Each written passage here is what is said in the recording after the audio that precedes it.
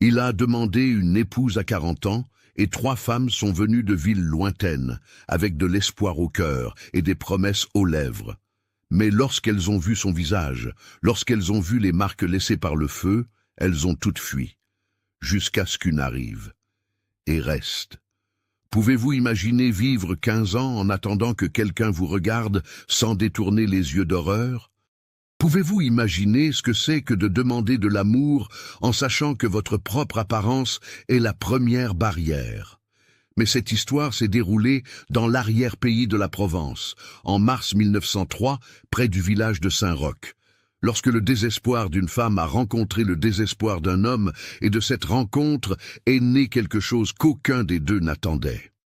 Avant de continuer, dites-nous dans les commentaires d'où vous regardez cette vidéo. Écrivez votre ville et votre pays. J'adore savoir que ces histoires touchent des gens de tant d'endroits différents, et qui sait, vous pourriez rencontrer quelqu'un de votre région ici même dans les commentaires.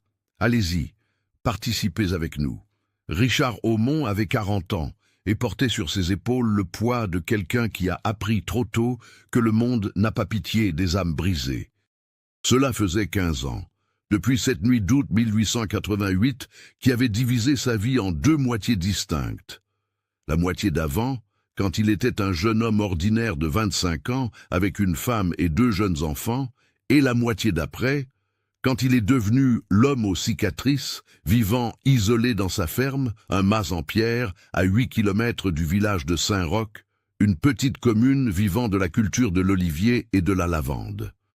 Il se levait tous les jours à 5 heures du matin, quand le soleil n'était qu'une promesse pâle sur les collines du Luberon. Il se réveillait seul. Il enfilait son pantalon de velours côtelé usé et sa chemise en toile épaisse, qu'il portait même sous la chaleur étouffante de l'été pour cacher sa peau.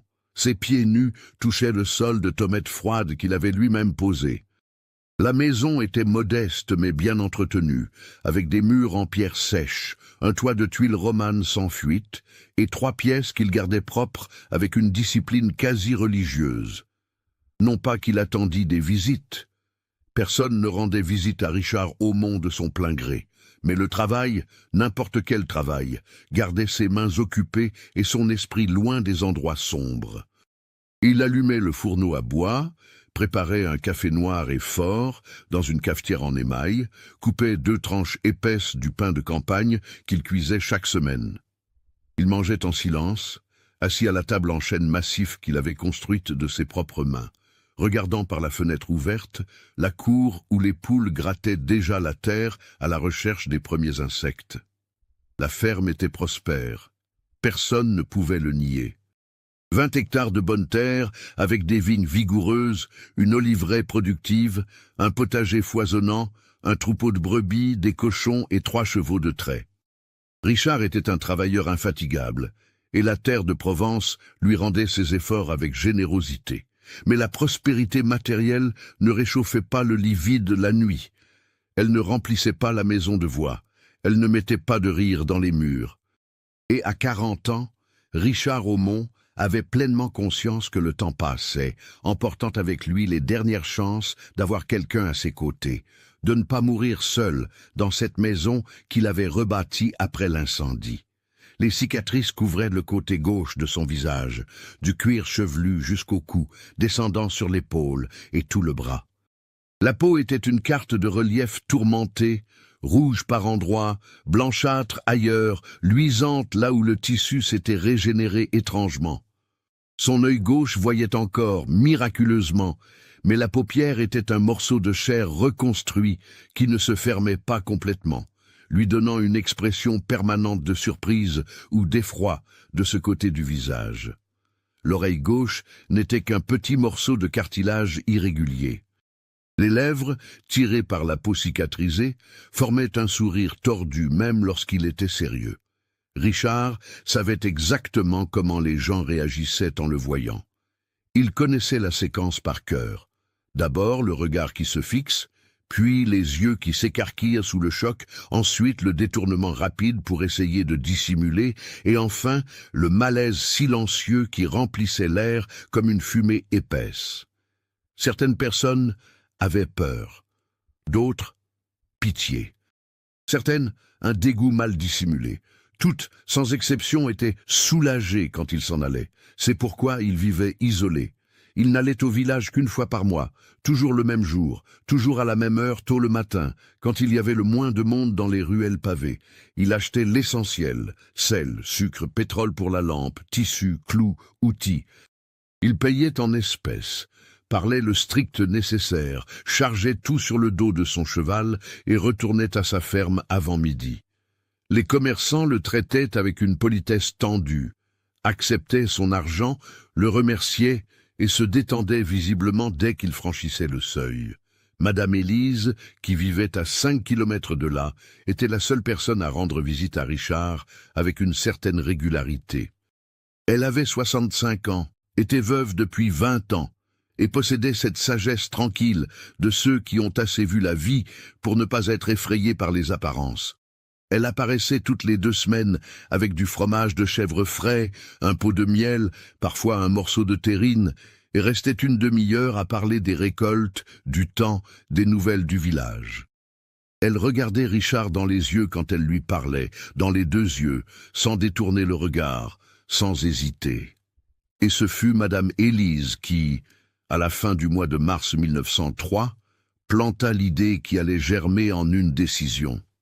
Elle était assise à sa table, buvant son café, quand elle demanda d'un ton décontracté s'il ne pensait pas à se trouver une compagne. Richard avait ri, ce rire amer qui ressemblait plus à une toux sèche. « Une compagne » répéta-t-il.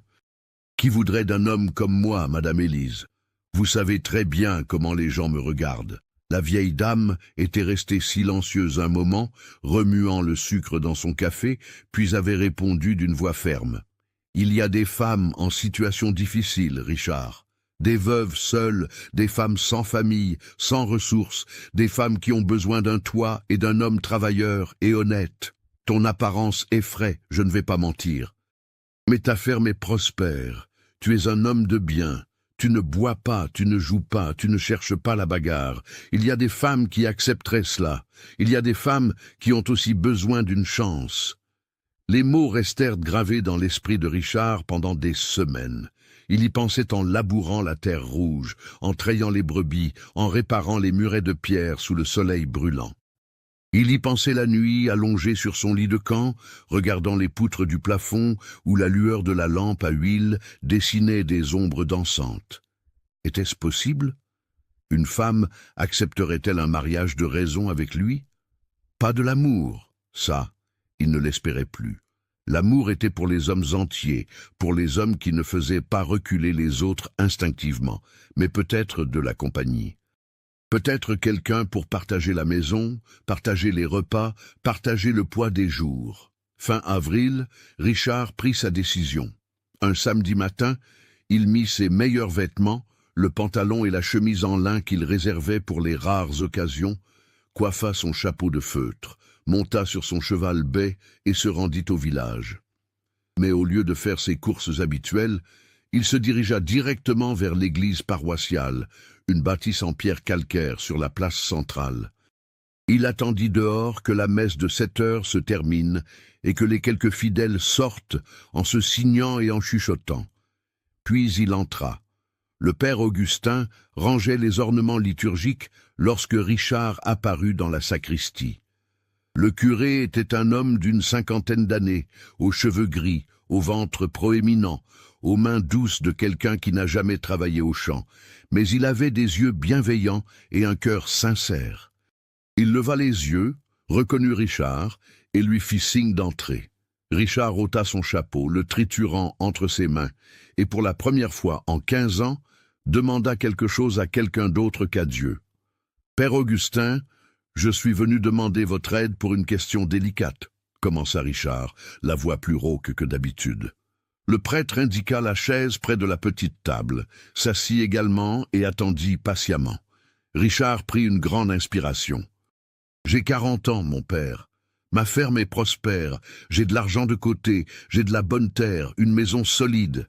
Je suis travailleur et un homme de parole.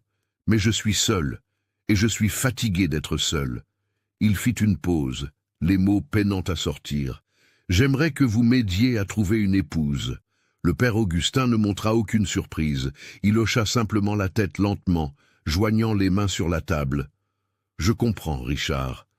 Il est naturel qu'un homme veuille de la compagnie, mais tu connais les difficultés que ton apparence peut engendrer. » Richard laissa échapper un son qui tenait du rire et du soupir.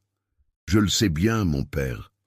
Je ne m'attends pas à trouver une jeune fille qui tombe amoureuse de moi, mais j'ai pensé qu'il y avait peut-être une femme en difficulté, une veuve sans ressources, une femme seule, quelqu'un qui aurait besoin d'un toit et d'un mari travailleur. Ce n'a pas besoin d'être par amour, ça peut être par nécessité.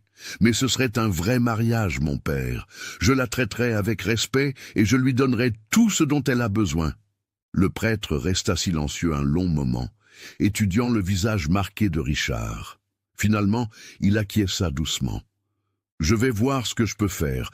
J'ai des contacts avec des curés d'autres paroisses, vers Avignon ou Aix. Je vais écrire quelques lettres, poser quelques questions. Mais je ne promets rien, Richard. Tu dois être prêt au rejet. » Richard hocha la tête. « Je vis avec le rejet depuis 15 ans, mon père. J'ai l'habitude. Mais je veux essayer. Je veux juste essayer une fois. » Les semaines qui suivirent furent faites d'une attente anxieuse mêlée d'un profond scepticisme. Richard ne parla à personne de sa demande, pas même à Madame Élise, quand elle passa avec de la confiture de figues début mai. Il continua sa routine habituelle, se lever tôt, travailler la terre, soigner les animaux, manger seul, dormir seul. Mais maintenant, il y avait une étincelle au fond de sa poitrine. Ce n'était pas tout à fait de l'espoir. L'espoir était un mot trop grand. C'était plutôt une curiosité prudente, un petit « et si » qu'il n'osait pas laisser grandir. Fin mai, Richard retourna au village pour ses achats mensuels. Le père Augustin le trouva à l'épicerie de Monsieur Olivier et lui demanda de passer à l'église avant de partir. Richard sentit son cœur s'accélérer, mais garda une expression neutre. Il termina ses achats, attacha les paquets à sa selle et marcha jusqu'à l'église d'un pas mesuré. Le prêtre l'attendait avec une lettre à la main. « J'ai une réponse, Richard, » dit-il d'une voix prudente. « Une veuve de 35 ans, de Cavaillon. Elle a perdu son mari il y a 2 ans. Elle vit chez sa sœur, mais sa sœur a une grande famille et n'a pas les moyens de l'héberger longtemps. Le curé de là-bas dit que c'est une femme sérieuse, travailleuse, de bonne réputation. Elle est prête à envisager le mariage. » Richard sentit sa poitrine se serrer. « Elle sait, pour mon visage. » Le prêtre acquiesça. « J'ai écrit en expliquant ta situation complète. Elle a dit qu'elle voulait te rencontrer quand même. Elle arrivera la semaine prochaine, jeudi, avec la diligence qui fait la liaison. Si vous êtes d'accord, vous pourrez vous marier ici même. » Richard rentra chez lui dans un état de stupeur. Il nettoya la maison de fond en comble, frotta le sol jusqu'à ce que les tomates brillent, lava tous les vêtements, répara la porte qui grinçait, désherba la cour, chaula les encadrements de fenêtres. Il ne dormit pas correctement de la semaine. Il répétait mentalement ce qu'il dirait, comment il se comporterait, essayant de prévoir toutes les possibilités. Le jeudi, il mit ses vêtements propres, sella son cheval et arriva au village à 3 heures de l'après-midi, l'heure convenue. La diligence arriva à 4 heures, soulevant un nuage de poussière blanche sur la place principale. Richard attendait devant l'église, le père Augustin à ses côtés. Il avait gardé son chapeau enfoncé sur la tête, couvrant partiellement le côté gauche de son visage. Une femme descendit de la voiture. Elle était maigre, petite, avec une robe brune rapiécée et une petite malle pour tout bagage. Cheveux châtains, tirés en un chignon serré, visage anguleux, mains abîmées. Elle regarda autour d'elle, repéra le prêtre, commença à marcher vers eux. Richard ôta lentement son chapeau, exposant complètement ses cicatrices à la lumière crue de l'après-midi. La femme s'arrêta à 3 mètres. Ses yeux s'écarquillèrent. Sa bouche s'entr'ouvrit légèrement. Richard vit la séquence qu'il connaissait si bien. Le choc, l'horreur, l'incrédulité. Elle porta la main à sa bouche. Elle fit un pas en arrière, puis un autre. « Pardon, » murmura-t-elle d'une voix tremblante. « Pardonnez-moi, mais je ne peux pas. Je ne peux pas. » Elle se retourna et courut presque vers la diligence. Le cocher, gêné, reprit sa malle, l'aida à monter et repartit en soulevant à nouveau la poussière. Richard remit lentement son chapeau. Le père Augustin posa une main sur son épaule, mais ne dit rien. Il n'y avait rien à dire. Richard remonta à cheval et rentra chez lui alors que le soleil se couchait, peignant le ciel de violet et d'orange. Ce soir-là, il ne pleura pas. Il était au-delà de ça. Il s'allongea simplement sur son lit et regarda le plafond jusqu'à ce que le sommeil vienne, lourd comme une pierre. Mais le père Augustin n'abandonna pas. Fin juin, une autre lettre arriva. Une veuve de 38 ans d'Arles. Elle arriva un mardi de juillet, avec 2 robes usées et de l'espoir dans les yeux. Cela dura 5 minutes. Le temps suffisant pour que Richard enlève son chapeau, pour qu'elle voie les cicatrices sous la lumière du soleil, pour que l'horreur s'installe sur son visage. Elle dit qu'elle devait réfléchir, qu'elle n'était pas prête, que peut-être plus tard. Elle remonta dans la charrette du même commerçant qui l'avait amenée et ne regarda pas en arrière. La 3e vint en septembre. Une femme de 42 ans de Salon de Provence, veuve elle aussi, désespérée elle aussi, selon le prêtre qui l'envoyait. Richard faillit ne pas aller la rencontrer. Il était fatigué de l'humiliation répétée, fatigué de voir l'horreur se refléter dans les yeux des femmes, fatigué de porter un espoir qui finissait toujours écrasé. Mais quelque chose en lui, une obstination fondamentale, le fit monter à cheval et aller au village une fois de plus. Celle-ci dura plus longtemps. Elle resta 10 minutes entières. Elle discuta avec lui, posa des questions sur la ferme, sur la maison, sur ce qu'il attendait d'une épouse. Richard répondit avec une honnêteté prudente, gardant une voix calme, expliquant qu'il avait besoin d'une compagne, de quelqu'un pour partager la vie, qu'il la traiterait avec respect et pourvoirait à tous ses besoins. La femme écoutait, hochait la tête, semblait considérer sérieusement la chose. Mais alors, quand il demanda si elle accepterait de voir la ferme, elle regarda à nouveau les cicatrices, déglutit péniblement, et dit d'une petite voix qu'elle n'y arriverait pas, que c'était trop fort pour elle, qu'elle était désolée mais qu'elle ne pourrait pas se réveiller chaque jour et voir cela. Richard la remercia poliment, monta à cheval, et rentra chez lui sous une pluie fine de septembre qui mouillait la terre et coulait dans les sillons de son visage détruit, se mélangeant à la sueur et à quelque chose qui était peut-être des larmes, mais qu'il ne reconnaîtrait pas comme tel. Ce soir-là, assis à sa table devant une assiette de ragoût à moitié finie, il prit la décision d'arrêter, de ne plus essayer. C'était trop tard pour lui. Certaines choses n'étaient simplement pas possibles et un homme devait accepter ses limites. Il vivrait seul et mourrait seul, et c'était très bien ainsi. Il fallait que ce soit bien. Le lendemain, il alla au village pour la dernière fois à ce sujet. Il trouva le père Augustin balayant les marches de l'église et lui dit d'une voix ferme qu'il le remerciait pour ses efforts, mais qu'il ne voulait plus qu'il cherche personne. « Ça ne marche pas, mon père. Ça ne marchera jamais. Mieux vaut que je l'accepte tout de suite. » Le prêtre commença à protester, mais Richard leva la main pour demander le silence. « J'ai essayé. C'était suffisant. Maintenant, je vais vivre ma vie telle qu'elle est. » Mais le père Augustin avait un dernier nom noté dans son carnet, une dernière lettre arrivée la semaine précédente d'un prêtre de la ville de Sisteron. Le prêtre mentionnait une veuve de 32 ans dans une situation désespérée, sans famille proche, vivant de charité et de petits travaux, ayant un besoin urgent d'une solution pour sa vie. Elle s'appelait Claire Mercier. Le père Augustin saisit le bras de Richard avant qu'il ne parte. « Juste une de plus, Richard, s'il te plaît. Celle-ci est dans une situation très difficile. Si tu n'acceptes pas au moins de la rencontrer, elle n'a nulle part où aller. Juste une de plus. Si ça ne marche pas, je promets que je ne chercherai plus personne. » Richard regarda le prêtre, ses yeux suppliants, et sentit la colère fondre en fatigue. « Juste une de plus, concéda-t-il finalement. Mais c'est la dernière. Je ne peux plus supporter ça, mon père. » La lettre fut envoyée. La réponse arriva en octobre. Claire Mercier acceptait de venir rencontrer le prétendant et, s'il y avait accord, de se marier immédiatement. Elle n'avait pas les moyens de faire plusieurs voyages. C'était tout ou rien. Elle arriverait le 28 octobre, un vendredi, par la diligence du soir. Richard ne nettoya pas la maison cette fois-ci. Il ne désherba pas la cour. Il ne peignit pas les encadrements. Il ne répéta pas ses mots. Il alla au village, à l'heure prévue, portant ses vêtements de travail normaux, tachés de terre ocre, avec son vieux chapeau de cuir usé. Il n'y avait plus d'attente, seulement l'accomplissement d'une promesse, faite au prêtre.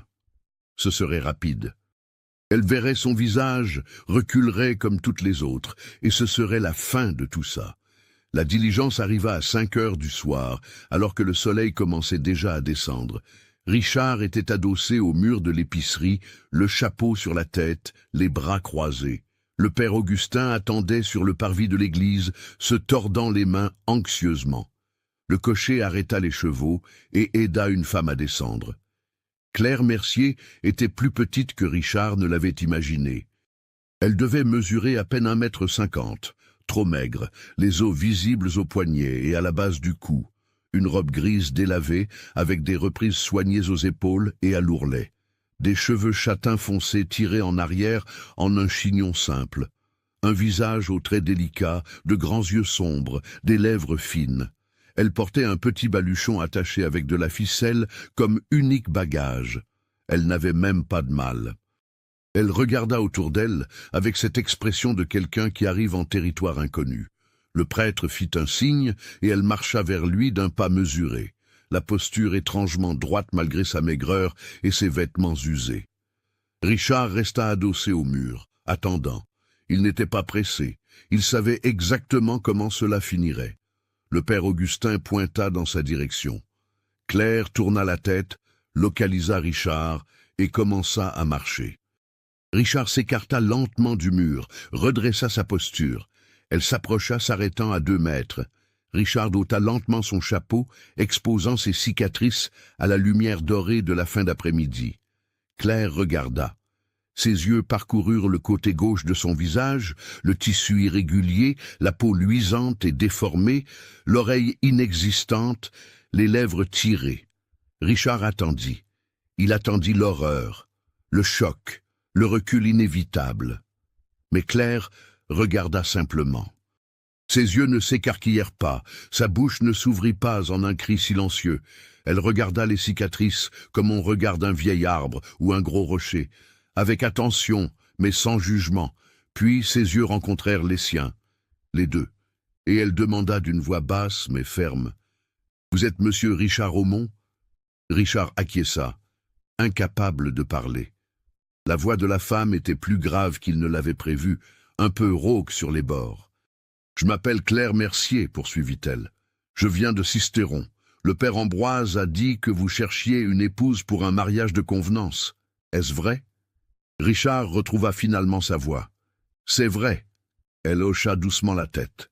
« Alors j'accepte. Si vous le voulez toujours, j'accepte de vous épouser. » Richard cligna des yeux, cligna encore. « Vous ne voulez pas voir la ferme avant? Voir la maison? Y réfléchir ?» Claire secoua la tête. « Je n'ai nulle part où retourner, dit-elle avec une honnêteté crue. Je n'ai pas de famille, pas d'argent, pas de maison. Le père Ambroise a dit que vous étiez un homme travailleur et honnête. Il a dit que vous aviez de la bonne terre et une maison solide. Il a dit que vous me traiteriez avec respect. Si c'est vrai, alors j'accepte. Si vous le voulez toujours, je reste. » Richard la regarda. Cette femme petite et maigre, aux yeux trop grands pour son visage, avec sa robe rapiécée et son baluchon ficelé. Et pour la première fois en 15 ans, il ne vit pas d'horreur dans les yeux de quelqu'un qui le regardait. Il ne vit pas de pitié non plus, juste de la fatigue et une détermination silencieuse qu'il reconnaissait parce qu'elle était semblable à la sienne. « Je le veux toujours, » dit-il, la voix sortant rauque. « Si vous acceptez, on peut se marier maintenant.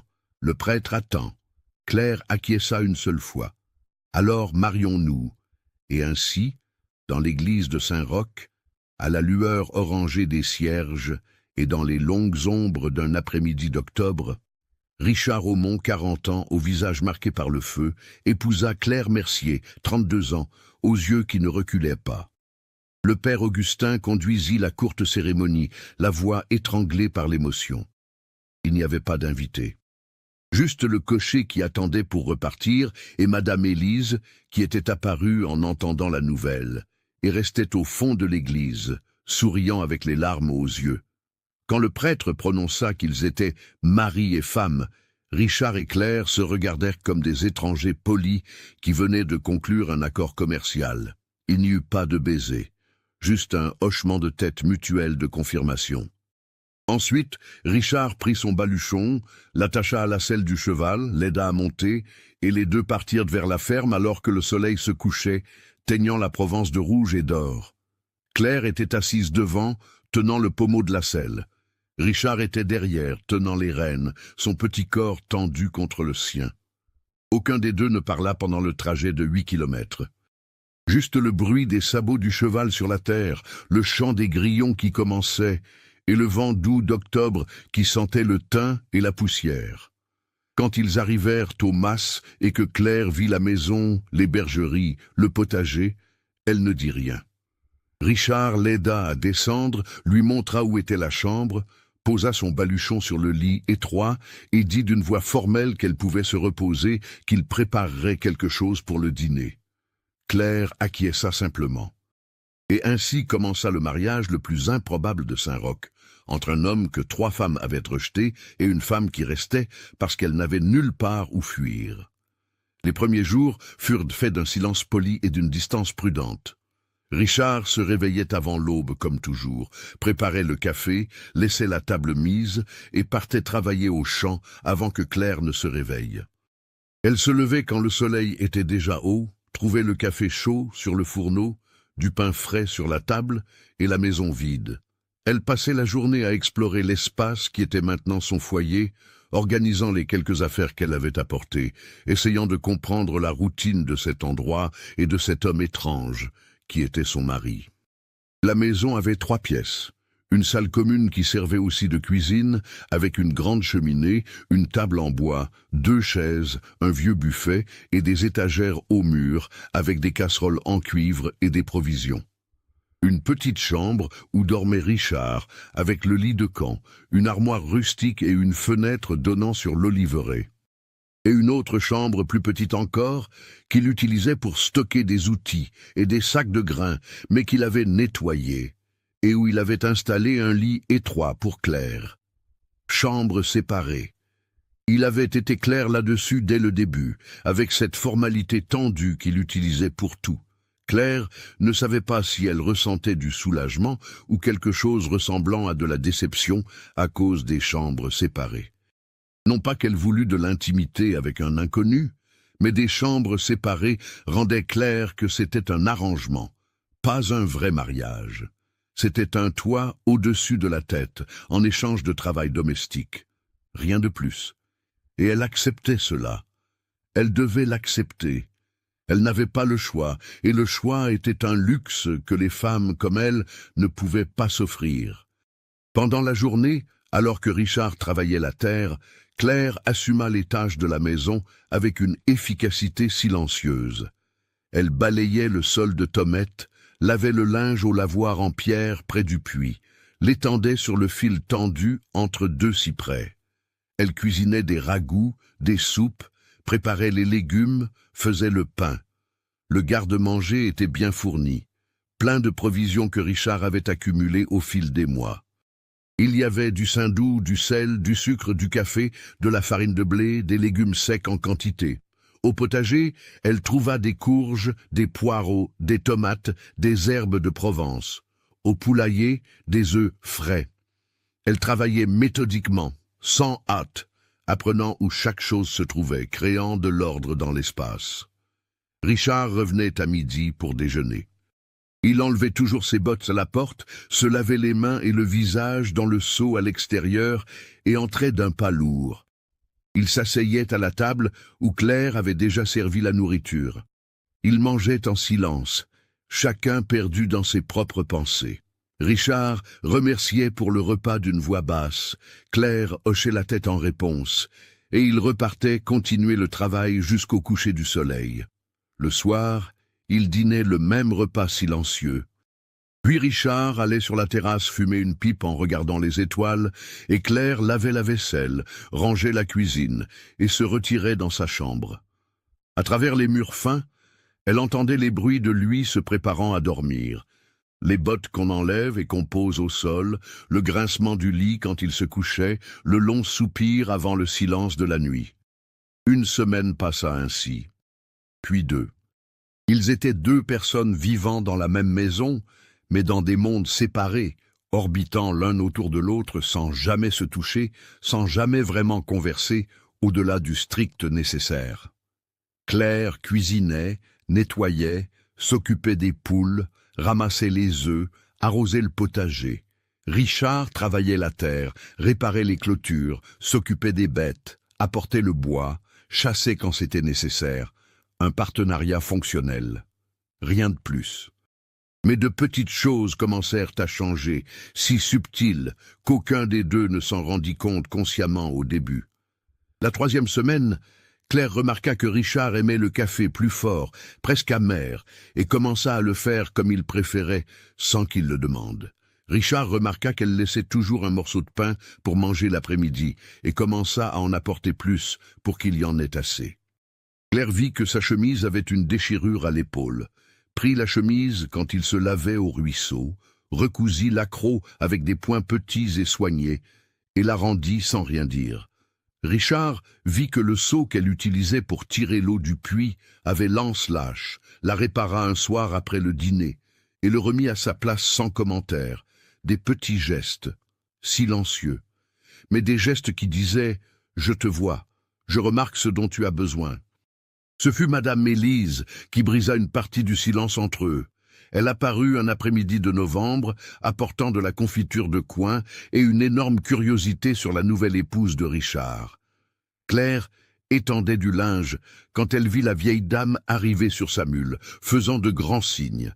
Madame Élise descendit avec une agilité surprenante pour son âge, attacha la mule à l'ombre et marcha droit vers Claire avec un large sourire. « Vous devez être Claire, dit-elle sans détour. Je suis Madame Élise, la voisine. Je suis venue faire votre connaissance et vous apporter des coins. » Claire accepta le pot, remercia d'une voix basse et offrit du café. Les deux s'assirent à la table et pour la première fois depuis son arrivée, Claire conversa avec quelqu'un pour de vrai. Madame Élise parlait sans arrêt, racontant des histoires de la région, posant des questions sur Cicéron, commentant le temps et les récoltes. Et puis, avec cette franchise que seules les vieilles personnes ont le droit d'utiliser, elle demanda comment c'était de vivre avec Richard. Claire tenait sa tasse de café entre ses mains, sentant la chaleur dans la faïence, et répondit avec une honnêteté prudente. « C'est un homme bon, travailleur, il me traite avec respect, je n'ai pas à me plaindre. » Madame Élise hocha lentement la tête, étudiant le visage de la jeune femme. « Mais vous parlez ?» Claire hésita. « Peu. Il n'est pas très bavard. » Madame Élise rit, un son aigu et joyeux. « Un homme qui vit seul pendant 15 ans oublie comment faire la conversation, ma fille. Tu vas devoir lancer le sujet. Il ne le fera pas tout seul. Il est habitué à trop de silence. » Quand Richard rentra pour le déjeuner et trouva Madame Élise assise à table, son visage s'illumina d'une façon que Claire n'avait jamais vue. « Madame Élise, dit-il avec quelque chose qui ressemblait presque à un sourire sur ce visage marqué, quel plaisir de vous voir. » La vieille dame tapota la chaise à côté d'elle. « Assieds-toi ici, Richard. Je suis venu rencontrer ta femme. Elle est jolie et travailleuse. Tu as eu de la chance. » Richard jeta un coup d'œil rapide à Claire, puis détourna les yeux. « Je sais, » murmura-t-il. Pendant le repas, Madame Élise dirigea la conversation, posant des questions, racontant des histoires, forçant Richard et Claire à participer. Et c'est là, en mangeant la soupe et en écoutant Madame Élise parler de la dernière fête au village, que Claire entendit Richard rire pour la première fois. C'était un son bref, presque étouffé, mais c'était un rire. Et quand elle le regarda, elle vit que le côté droit de son visage, le côté entier, était beau quand il se détendait ainsi. Des yeux noisettes clairs, des rides d'expression autour, une mâchoire forte. Elle détourna rapidement le regard quand elle réalisa qu'elle le fixait. Après le départ de Madame Élise, qui promit de revenir dans 2 semaines, la maison sembla plus silencieuse que jamais. Richard était dans la cour en train de réparer un harnais quand Claire sortit pour jeter l'eau sale. Elle hésita, se rappelant les mots de Madame Élise, puis parla avant que le courage ne s'enfuît. « Richard !» Il leva les yeux, surpris qu'elle engage la conversation. « Besoin de quelque chose ?» Claire secoua la tête. « Je voulais juste savoir... » Elle fit une pause, cherchant les mots justes. « Madame Élise a dit que vous viviez ici depuis 15 ans. Avez-vous toujours été seul ?» Richard resta immobile un instant, puis il recommença à travailler sur le cuir, mais répondit d'une voix basse. « Pas toujours. J'avais une famille avant. Une femme, 2 enfants. » Claire attendit, mais il ne continua pas. Elle faillit abandonner, faillit rentrer, mais quelque chose la poussa à insister. Qu'est-ce qui s'est passé? Richard tira sur la lanière de cuir avec une force inutile. Un incendie, dit-il finalement. Août 1888, notre maison a pris feu au milieu de la nuit. J'ai essayé de les sortir. J'ai réussi à attraper mon fils aîné. Je l'ai jeté par la fenêtre. Mais quand je suis retourné chercher ma femme et mon petit dernier, le toit s'est effondré. Il fit une pause, sa voix devenant plus rauque. Ils sont morts. J'ai survécu avec ça. Il fit un geste vague vers son visage marqué. Claire sentit quelque chose se serrer dans sa poitrine. « Je suis désolée, dit-elle, et les mots semblaient inadéquats, trop petits pour la douleur qu'il décrivait.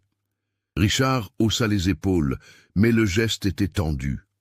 C'était il y a longtemps.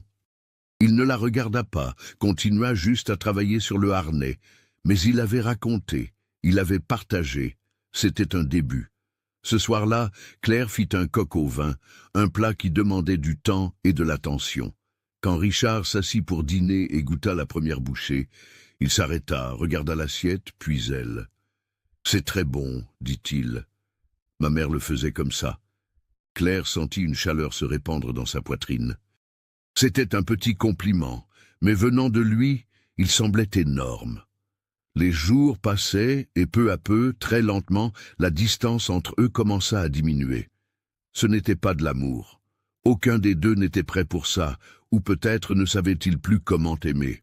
Mais c'était quelque chose, une reconnaissance mutuelle, 2 personnes solitaires partageant le même espace, commençant à réaliser qu'elles n'avaient peut-être pas besoin d'être si seules. Abonnez-vous à la chaîne et activez la cloche pour ne pas manquer les prochaines histoires émouvantes.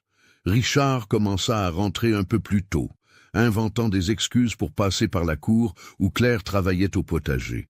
Elle commença à s'attarder dans la cuisine le soir, sachant qu'il fumait dehors et qu'il avait parfois besoin d'entrer pour chercher de l'eau ou du tabac.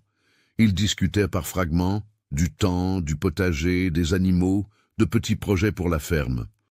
Rien de profond, mais ils discutaient. Une nuit de décembre, alors que le froid s'installait, Claire n'arrivait pas à dormir. Elle se leva, alla à la cuisine chercher de l'eau et trouva Richard assis à la table dans le noir, seule la lumière de la lune, entrant par la fenêtre. Lui non plus ne dormait pas. Ils restèrent là, assis face à face dans la pénombre argentée, buvant de l'eau fraîche, et pour la première fois, le silence entre eux n'était pas inconfortable. Il était presque complice. Richard rompit le silence d'une voix basse. « Pourquoi avez-vous accepté de m'épouser? Vous auriez pu essayer autre chose, un travail, n'importe quoi. » Claire tourna son gobelet entre ses mains. « Il n'y avait pas d'autre chose, dit-elle simplement. Mon mari est mort en me laissant des dettes que j'ignorais. J'ai perdu la maison, j'ai tout perdu. Je vivais de la charité, faisant des travaux qui ne payaient presque rien. C'était la fin. Quand le père Ambroise m'a parlé de vous, il a dit que vous étiez un homme bon, qui avait juste de la malchance avec son apparence. » Elle fit une pause. « Moi aussi, j'ai eu de la malchance dans beaucoup de choses. J'ai pensé qu'on pourrait avoir de la malchance ensemble. Richard laissa échapper quelque chose entre un rire et un soupir. De la malchance ensemble. C'est une façon de voir les choses. Claire le regarda à travers l'ombre. Vous n'avez pas de malchance, Richard. Vous avez une ferme prospère, vous êtes travailleur, vous êtes un homme de bien, vous avez juste des marques sur le visage. Ce n'est pas de la malchance, c'est juste l'apparence. Richard resta silencieux un long moment. Vous êtes la première personne qui me regarde sans reculer, dit-il finalement, la voix chargée de quelque chose qui ressemblait à de l'étonnement. Même les enfants reculent quand ils me voient, mais vous n'avez pas reculé une seule fois. Claire serra plus fort son gobelet. J'ai vu pire que des cicatrices, dit-elle doucement. J'ai vu un homme au beau visage avec un cœur pourri. J'ai vécu avec l'un d'eux. Je préfère 1000 fois un homme au visage marqué et au cœur bon. Richard leva les yeux vers elle, et même dans l'ombre, Claire vit l'intensité de ce regard. Votre mari, il vous battait. Claire ne répondit pas immédiatement. Puis elle hocha la tête une fois, un mouvement sec. Il battait, il buvait, et il battait. Pendant 4 ans, jusqu'au jour où il a trop bu, est tombé de cheval en rentrant du bistrot et s'est rompu le cou. Tout le monde au village a dit que je devais être triste. J'ai fait semblant de l'être. Mais la vérité, c'est que quand il est mort, j'ai respiré pour la première fois depuis des années. Les mots restèrent suspendus dans l'air entre eux, crus et honnêtes. Richard ne dit pas qu'il était désolé. Il n'offrit pas de platitude vide. Il hocha simplement la tête lentement et dit d'une voix ferme « Je ne lèverai jamais la main sur vous de cette façon. Vous pouvez être tranquille là-dessus. » Claire le regarda. Cet homme grand, avec la moitié du visage détruite, et des yeux qui ne mentaient pas, et pour la première fois depuis son arrivée, elle ressentit quelque chose qui ressemblait à de la sécurité. « Je sais, » dit-elle. « J'ai confiance en ça. » Après cette nuit-là, quelque chose changea définitivement entre eux. Ce n'était plus seulement du respect poli, c'était plus profond, une connaissance mutuelle, une reconnaissance de la douleur partagée. Ils commencèrent à travailler ensemble au potager, Richard bêchant pendant que Claire plantait, les deux côte à côte sous le soleil d'hiver. Il lui apprit à traire les brebis, ses grandes mains guidant les siennes plus petites pour les bons mouvements, et quand leurs mains se touchaient, aucun des deux ne s'éloignait immédiatement. Elle commença à soigner ses vieilles blessures quand elle voyait qu'il souffrait des cicatrices à cause du froid ou du travail lourd, appliquant des onguents d'herbe que Madame Élise lui avait enseignés, et Richard la laissait faire, restant immobile pendant qu'elle passait ses doigts doux sur la peau marquée. Des petits moments qui réchauffèrent le cœur, des regards qui s'attardaient, des sourires timides, des mots dits à voix basse, des mains qui se frôlaient pendant le travail et ne se séparaient pas aussi vite qu'elles auraient dû. Richard commença à rester assis à table plus longtemps après le dîner, juste pour discuter avec elle pendant qu'elle faisait la vaisselle. Claire commença à sortir sur la terrasse le soir, restant près de lui pendant qu'il fumait, regardant les mêmes étoiles, partageant le même silence confortable. Un soir, il raconta les enfants qu'il avait perdus, leurs noms, leurs âges, ce qu'ils aimaient faire. Il pleura en parlant, des larmes coulant sur le côté marqué de son visage, et Claire lui prit la main sans rien dire, la tenant simplement. Un autre soir, elle raconta les années de mauvais mariage, la peur constante, la honte de ne pas pouvoir partir, et Richard écouta sans interrompre, puis dit qu'elle était la femme la plus forte qu'il connaisse. Et elle le crut parce qu'elle voyait la sincérité dans ses yeux. En janvier, pendant un violent orage d'hiver, la foudre tomba près de la maison, le tonnerre résonnant comme une explosion. Claire, qui était couchée dans sa chambre, sentit la terreur lui monter à la gorge, un souvenir viscéral des mauvaises nuits où le tonnerre signifiait que son mari rentrait ivre. Elle se recroquevilla dans son lit, tremblante, et ne remarqua pas quand Richard apparut à la porte de la chambre, réveillé par le même tonnerre. Il la vit recroquevillée, entendit les sanglots étouffés, et sans réfléchir, entra. « Claire !» appela-t-il doucement. Elle leva le visage, les yeux écarquillés. Richard s'assit au bord du lit, gardant une distance respectueuse, mais assez proche pour réconforter. « C'est juste l'orage, » dit-il d'une voix douce. « Il ne va rien arriver de mal. Je suis là. Vous êtes en sécurité. » Claire se redressa lentement, essuyant ses larmes du revers de la main. « Pardon, » murmura-t-elle. « Je sais que c'est bête, mais le tonnerre me rappelle. » Richard secoua la tête. « Ce n'est pas bête. La peur n'est jamais bête. » Ils restèrent là, assis au bord de son lit, écoutant la pluie tambouriner sur le toit et le tonnerre au loin. Et peu à peu, Claire cessa de trembler. Quand l'orage passa, Richard se leva pour sortir, mais elle retint la manche de sa chemise. « Richard !» Il s'arrêta, la regarda. « Merci d'être là. » Il acquiesça, quelque chose passant sur son visage marqué qui ressemblait à de la tendresse. « Je serai toujours là, dit-il. Tant que vous le voudrez, je serai là. » Après qu'il fut sorti, Claire se recoucha, mais cette fois elle ne ressentit pas de peur. Elle ressentit quelque chose de différent, quelque chose de chaud et d'inconnu qu'elle mit du temps à identifier, de l'espoir. L'espoir que peut-être cet arrangement pratique pourrait devenir quelque chose de réel, quelque chose de bon. Les mois passèrent, et ce qui avait commencé comme un mariage de convenance se transformait en véritable partenariat, en camaraderie, en quelque chose qui peut-être, juste peut-être, pourrait s'appeler de l'amour un jour. Ils dormaient toujours dans des chambres séparées, mais les portes restaient ouvertes maintenant. Ils gardaient encore une certaine formalité.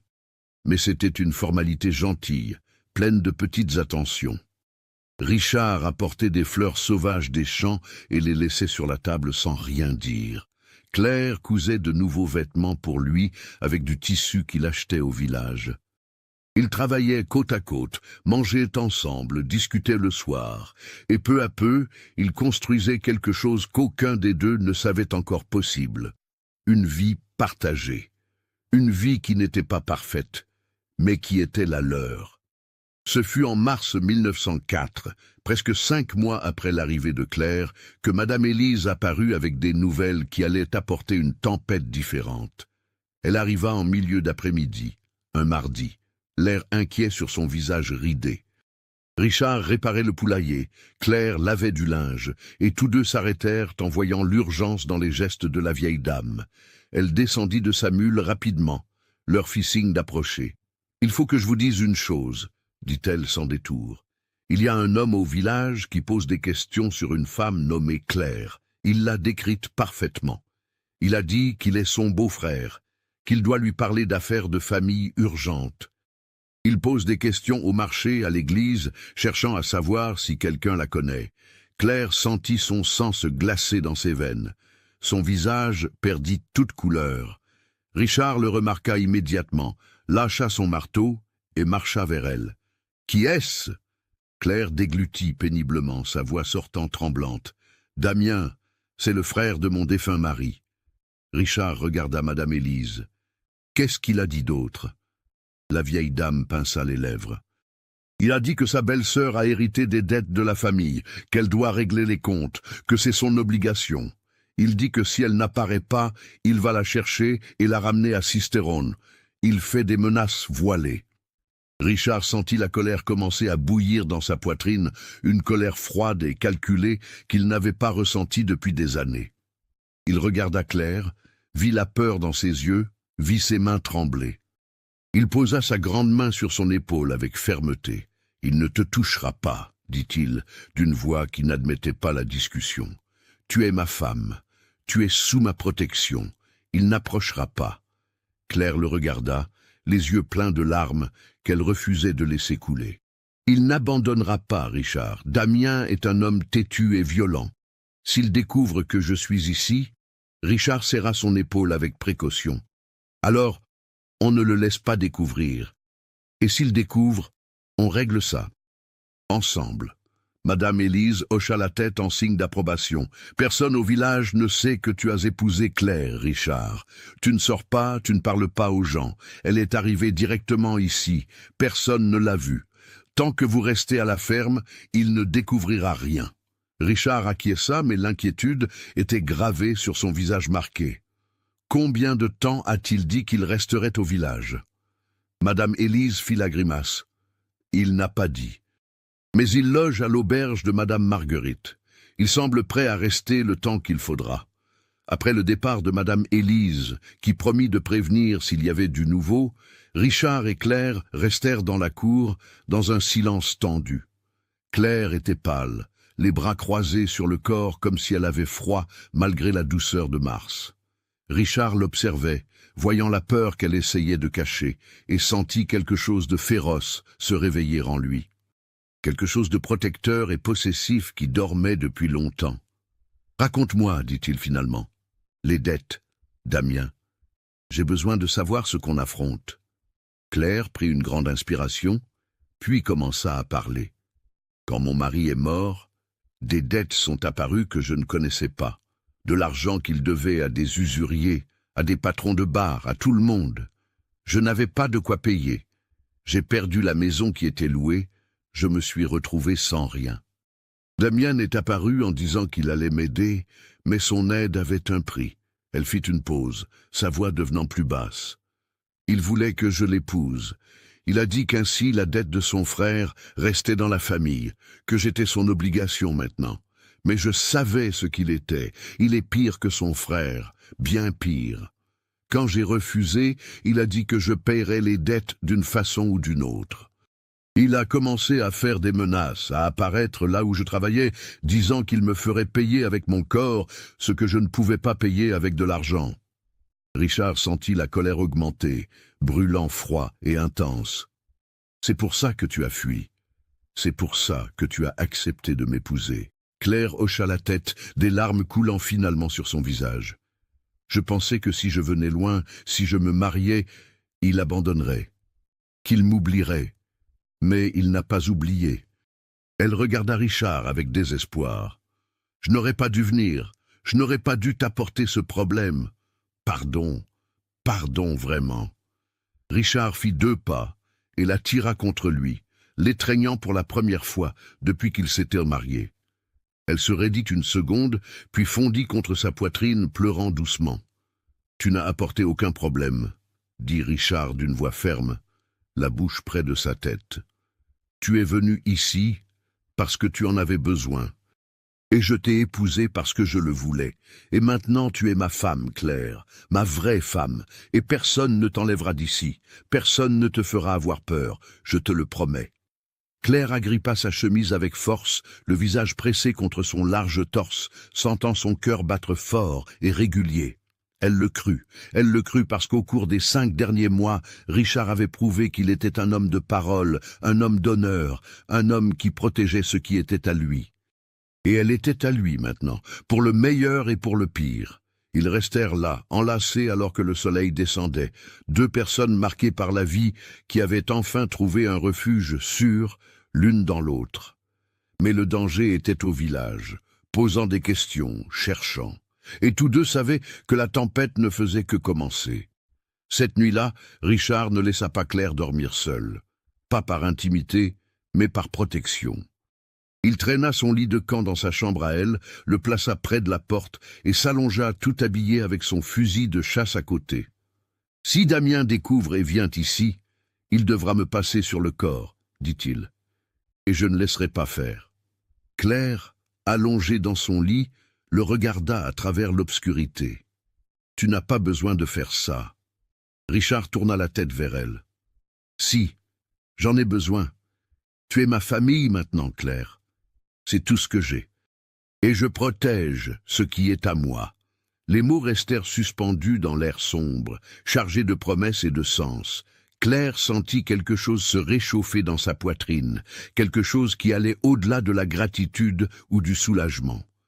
C'était quelque chose de plus profond, de plus effrayant. C'était un début d'amour. Un amour vrai, du genre qu'elle pensait ne jamais ressentir, du genre qui ne dépend pas d'un beau visage ou de mots fleuris, mais d'actions fermes et d'un cœur loyal. « Richard » appela-t-elle doucement. Il attendit. « Merci. Pour tout. De m'accepter, de me protéger, d'être toi. » Richard resta silencieux un long moment. Quand il parla, sa voix était rauque d'émotion. « C'est moi qui te remercie, d'être resté, de ne pas avoir fui, de me voir. » Personne ne m'a jamais vu comme tu me vois. » Ils ne dirent plus rien cette nuit-là. Ils dormirent simplement dans la même pièce, l'un protégeant l'autre, deux cœurs commençant à battre au même rythme. Et dehors, sous les étoiles de Provence, le destin préparait déjà l'affrontement qui définirait si cet amour naissant pourrait survivre. 2 jours plus tard, Madame Élise revint. Cette fois, les nouvelles étaient pires. Damien avait découvert. Quelqu'un au village, une femme qui faisait ses courses à la même épicerie que Madame Élise, avait entendu la vieille dame parler de la nouvelle épouse de Richard. Elle avait recollé les morceaux, en avait parlé à d'autres, et la nouvelle était arrivée aux oreilles de Damien. Il savait maintenant où était Claire, et il prévoyait de venir à la ferme chercher ce qu'il considérait comme son droit.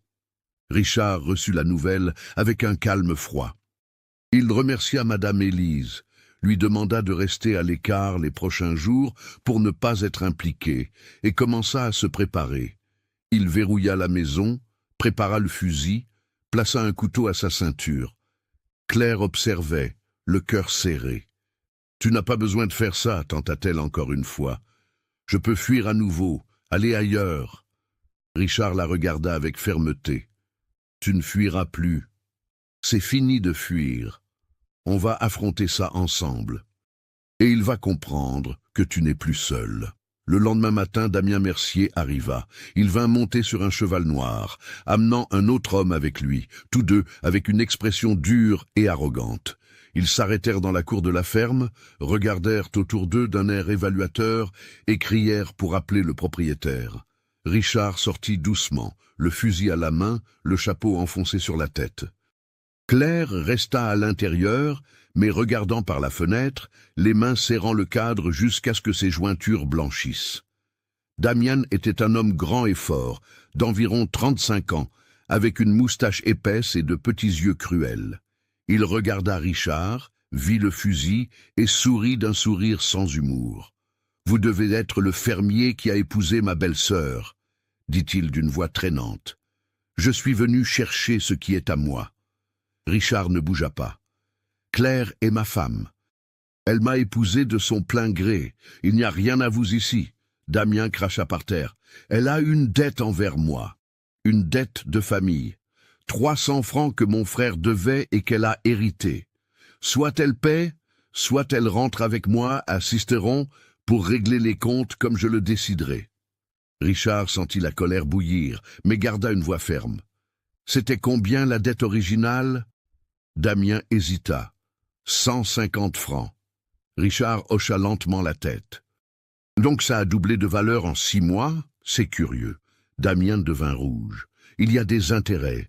Il y a des frais. » Richard fit un pas en avant, le fusil toujours pointé. « Voici ce qui va se passer. Vous allez faire demi-tour, vous allez retourner à Sisteron, et vous allez oublier que Claire existe. Elle est sous ma protection maintenant. C'est ma femme légitime, mariée à l'église, avec les papiers enregistrés. Toute menace contre elle est une menace contre moi. Et je ne l'accepterai pas. » Damien rit, mais c'était un rire dangereux. « Regardez-moi ça, le monstre brûlé veut jouer au héros. Écoute-moi bien, l'estropié. Tu ne me fais pas peur. Personne ne te respecte. Tu es une blague au village, l'homme aux cicatrices que personne ne regarde en face. Tu crois que quelqu'un va te soutenir contre moi ?» Le compagnon de Damien rit aussi, la main posée sur le manche du couteau à sa ceinture. « On va prendre la femme et tu ne feras rien. Parce que si tu fais quelque chose, on revient avec plus de monde, et on brûle ta petite ferme comme on a brûlé ta gueule. » C'est là que quelque chose se brisa en Richard. Ce n'était pas la menace contre lui. Les menaces contre lui, il les supportait depuis 15 ans. C'était la menace contre Claire, c'était l'idée de cet homme violent posant ses mains sur la femme qu'il avait enfin vue, qui était enfin restée, qui lui avait enfin redonné une raison de vivre. Richard leva le fusil d'un mouvement rapide, visa droit sur la poitrine de Damien. « Dégage de ma terre !» dit-il d'une voix qui était de l'acier pur. « Dégage maintenant, ou je te garantis que tu ne rentreras pas entier à Sisteron. » Damien recula sur son cheval, la surprise mêlée à la colère sur le visage. Son compagnon porta la main à son couteau, mais s'arrêta quand Richard tourna le canon vers lui. Les deux hommes échangèrent un regard. « Ce n'est pas fini !» cracha Damien.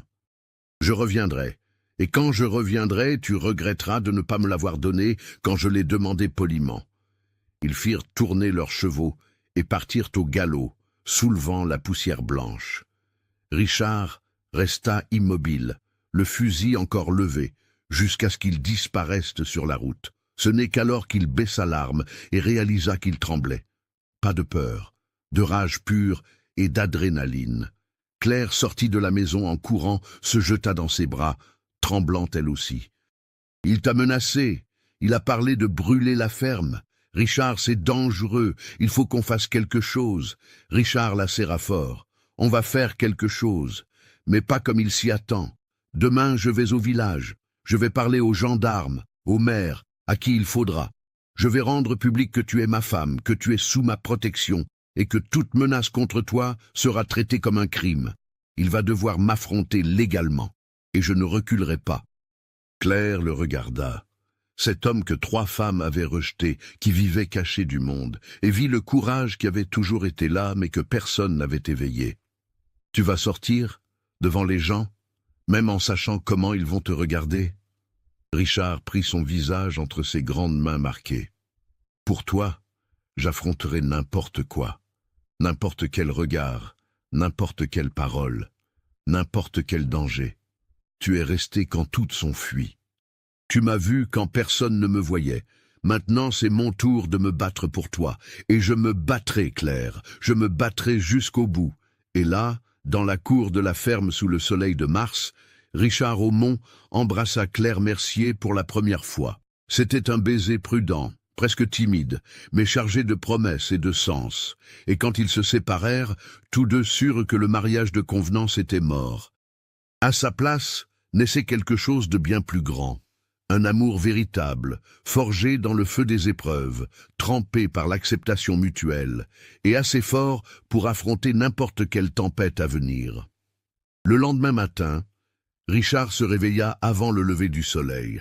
Mais cette fois, ce n'était pas pour travailler au champ. C'était pour se préparer à quelque chose qu'il n'avait pas fait depuis 15 ans.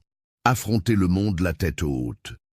Il se lava au ruisseau, frotta sa peau avec soin, mit ses meilleurs vêtements, la chemise en coton blanc que Claire lui avait cousue, et le pantalon sombre qu'il gardait pour les occasions rares. Il peigna ses cheveux du côté droit, mais n'essaya pas de cacher le côté gauche marqué « Plus maintenant ». Claire l'observait depuis la porte de la maison, les bras croisés sur la poitrine, la peur évidente dans ses yeux sombres. Elle n'avait pas dormi de la nuit, tourmentée par l'inquiétude de ce que Damien pourrait faire, par le danger qu'elle avait apporté dans la vie de cet homme bon, qui ne méritait plus de souffrance. Richard s'approcha d'elle, posa ses grandes mains sur ses épaules avec fermeté. « Je reviendrai avant midi, » dit-il d'une voix calme. « Verrouille la maison, n'ouvre à personne sauf à moi ou Madame Élise. Si un étranger apparaît, tu prends le fusil et tu tires en l'air pour l'effrayer. Je le laisse charger près de la fenêtre. » Claire lui saisit le poignet. « Et si Damien te fait quelque chose? Et si les gens ne te soutiennent pas ?» Richard sourit, ce sourire tordu que les cicatrices forçaient, mais qui portait maintenant une vraie tendresse. « Alors je reviendrai seul, mais je reviendrai, et on trouvera un autre moyen. Mais je dois essayer, Claire.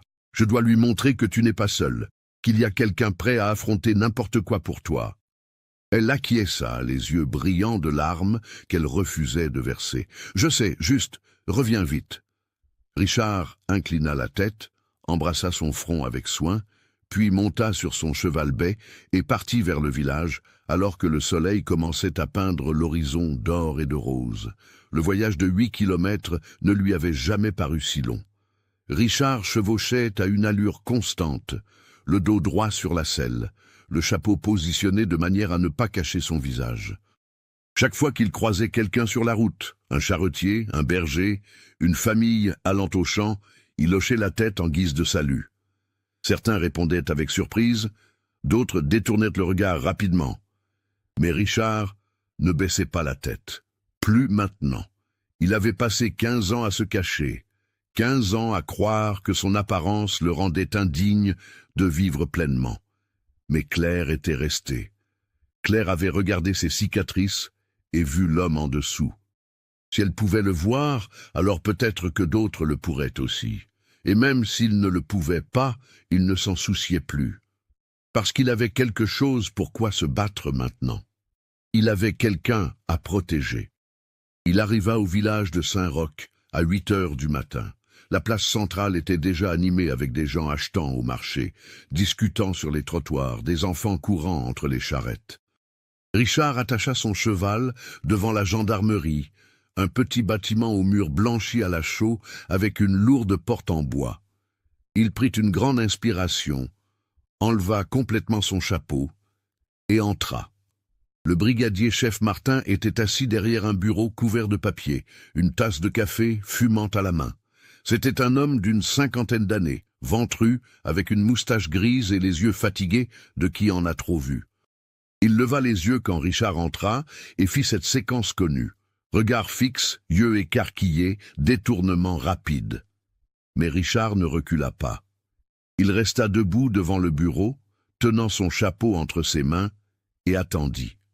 Le brigadier Martin s'éclaircit la gorge, se recomposant.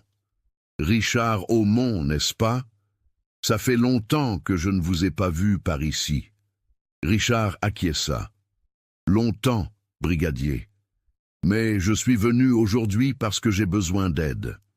Je suis venu déposer une main courante et demander protection pour ma femme. » Le gendarme cligna des yeux, surpris. « Votre femme? Je ne savais même pas que vous étiez marié. » Richard ressentit une pointe d'amertume, car bien sûr que personne ne savait.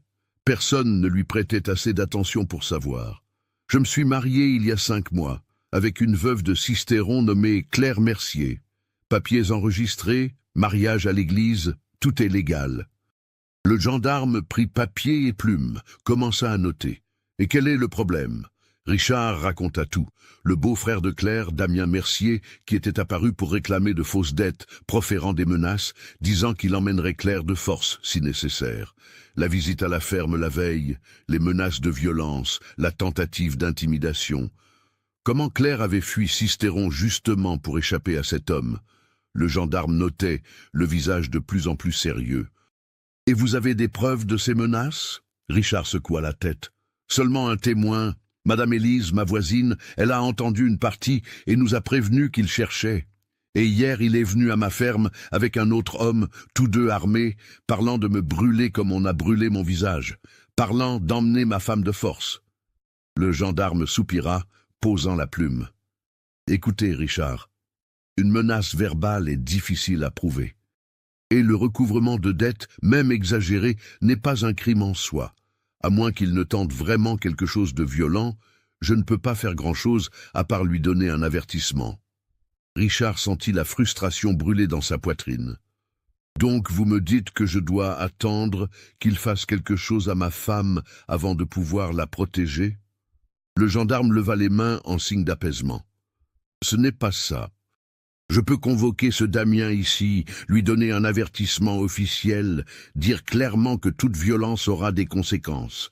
Mais vous devez comprendre que je ne peux arrêter personne juste pour une menace verbale. » Richard resta silencieux un moment, contrôlant sa colère. « Alors, faites ça, brigadier, convoquez-le ici et dites-lui clairement que ma femme est sous la protection de la loi. Et dites-lui aussi que je suis prêt à la défendre par tous les moyens nécessaires. S'il vient sur ma propriété à nouveau en faisant des menaces, je considérerai ça comme une violation de domicile et je me défendrai. » Le gendarme acquiesça lentement. « Je vais l'envoyer chercher aujourd'hui même. Mais Richard, essayez de ne pas envenimer les choses. La violence n'apporte que plus de violence. » Richard remit son chapeau. « Je ne veux pas de violence, brigadier. Je veux juste la paix. Mais je ne laisserai personne faire du mal à ma femme. Ça, je vous le garantis. » Il sortit de la gendarmerie, sentant la frustration mêlée à la détermination. Il savait que la loi était limitée, que les mots sur le papier avaient peu de pouvoir contre des hommes comme Damien. Mais il avait fait le premier pas. Il avait rendu la situation officielle. Maintenant, il avait besoin du deuxième pas. Rendre public que Claire était sa femme, pour que la communauté sache, pour qu'il y ait des témoins, pour que Damien ne puisse pas simplement l'emmener sans conséquence. Il marcha à travers la place vers l'église. Les gens s'arrêtaient pour regarder, chuchotaient entre eux, pointaient discrètement du doigt. Richard sentait les regards comme des épingles sur sa peau, mais gardait la tête haute. Il entra dans l'église où le père Augustin allumait les cierges pour la messe de 9 heures. Le prêtre se retourna, vit Richard, et son visage s'illumina d'un sourire sincère. « Richard, quel plaisir de te voir, mon fils. Comment va Claire ?» Richard prit une grande inspiration. « Elle va bien, mon père, mais nous avons un problème, et j'ai besoin de votre aide. » Il raconta tout au prêtre, qui écoutait avec une expression de plus en plus inquiète. Quand Richard eut fini, le père Augustin joignit les mains en une prière silencieuse, puis acquiesça fermement. « Je ferai l'annonce à la messe d'aujourd'hui. Je dirai à toute la congrégation que toi et Claire êtes mariés, qu'elle est sous la protection de l'Église et de la communauté. Je demanderai aux gens d'être vigilants et de dénoncer toute tentative de violence. Cela aidera-t-il » Richard sentit le soulagement le submerger. « Ça aidera beaucoup, mon père. Merci. » Le prêtre posa la main sur l'épaule de Richard. « Tu es un homme bon, Richard. Tu l'as toujours été. Ça me réjouit de te voir te battre pour quelqu'un. Ça me réjouit de te voir vivre à nouveau. » Richard sortit de l'église et alla au marché central. Il acheta des provisions, discuta avec le propriétaire de l'épicerie, M. Olivier, et pour la première fois en 15 ans, mentionna nonchalamment qu'il avait besoin de plus de farine parce qu'il avait maintenant une femme à la maison. M. Olivier, surpris mais poli, le félicita et demanda son nom. Richard répondit assez fort pour que d'autres personnes entendent. « Claire Mercier, maintenant Claire Aumont. Nous sommes mariés depuis 5 mois, une femme travailleuse et de bien. » Les gens autour entendirent, assimilèrent, et la nouvelle commença à se répandre dans le village comme un feu de broussailles. Ce fut sur le chemin du retour, en passant devant l'auberge de Madame Marguerite, que Richard vit Damien. L'homme était sur la terrasse de l'auberge, discutant avec 2 autres individus à l'aspect douteux, tous les 3 riant fort et buvant du vin, même s'il n'était que 10 heures du matin. Damien vit Richard, et son rire mourut. Il se leva lentement, descendit les marches de la terrasse et marcha jusqu'à la rue, bloquant le passage. « Regardez qui est venu au village » dit Damien d'une voix pâteuse à cause de la boisson. Le monstre est sorti de sa tanière. Richard arrêta son cheval, le regarda avec une expression neutre. « Je suis venu faire ce qu'il fallait faire. Je suis allé à la gendarmerie, j'ai déposé une plainte formelle pour vos menaces. Le brigadier va vous convoquer pour un avertissement. Et je suis allé à l'église, où le prêtre va annoncer aujourd'hui à la messe que Claire est ma femme légitime. Tout le monde saura, tout le monde aura l'œil ouvert. Donc si vous essayez quelque chose, il y aura des conséquences. » Damien cracha par terre, les yeux rouges de colère et d'alcool. « Tu crois que j'ai peur du gendarme ou du curé? Tu crois qu'un papier enregistré signifie quelque chose? Cette femme est à moi. Son frère me devait, elle me doit. Et je vais prendre ce qui est à moi, même si je dois brûler ta ferme avec toi dedans. » Les 2 hommes sur la terrasse descendirent aussi, se plaçant derrière Damien dans une posture menaçante. Richard sentit la peur essayer de s'installer, mais la repoussa. « Vous faites des menaces devant témoins, Damien, dans la rue principale du village, en plein jour. C'est stupide. » Il regarda autour de lui, vit que plusieurs personnes s'étaient arrêtées pour regarder, écoutaient tout. Damien le réalisa aussi, et son expression devint plus dangereuse. « Je me fous des témoins, je me fous de tout. Cette histoire va finir à ma façon, sois-en sûr. » Il fit un pas menaçant vers le cheval. Richard ne recula pas. Il resta assis sur sa selle, regardant Damien de haut, et dit d'une voix qui résonna dans la rue silencieuse, « Si tu touches un cheveu de ma femme, si tu mets à nouveau le pied sur ma propriété, si tu tentes quoi que ce soit, je jure sur tout ce qui est sacré que tu le regretteras. J'ai perdu ma famille une fois par le feu, je ne la perdrai pas à nouveau. Et cette fois, je me bats. Abonnez-vous à la chaîne et activez la cloche pour ne pas manquer la fin émouvante de cette histoire. » Le silence qui suivit était tendu, chargé. Les gens autour observaient, attendant de voir qui reculerait le premier. Ce fut Damien qui finalement se retourna, crachant des jurons, et rentra dans l'auberge avec ses comparses. Richard attendit qu'ils disparaissent à l'intérieur, puis continua son chemin. Mais ses mains tremblaient en tenant les rênes, et son cœur battait trop vite. Ce n'était pas exactement de la peur. C'était de l'adrénaline, c'était une colère contrôlée, c'était la conscience qu'il venait de faire quelque chose qu'il n'aurait jamais imaginé faire. Il avait affronté publiquement, devant la communauté entière, un autre homme, sans se cacher, sans baisser la tête, sans honte de son visage marqué. Il rentra à la ferme, trouvant Claire dans la cour, le fusil à la main, le visage pâle d'inquiétude. Quand elle le vit, elle lâcha l'arme et courut, se jetant dans ses bras dès qu'il descendit de cheval. « Tu as été long, » dit-elle d'une voix tremblante. « J'ai cru qu'il était arrivé quelque chose. » Richard la serra fort, sentant le petit corps de sa femme trembler contre le sien. « Tout va bien, j'ai fait ce qu'il fallait. Je suis allé à la gendarmerie, à l'église, au marché. Tout le monde sait maintenant que tu es ma femme.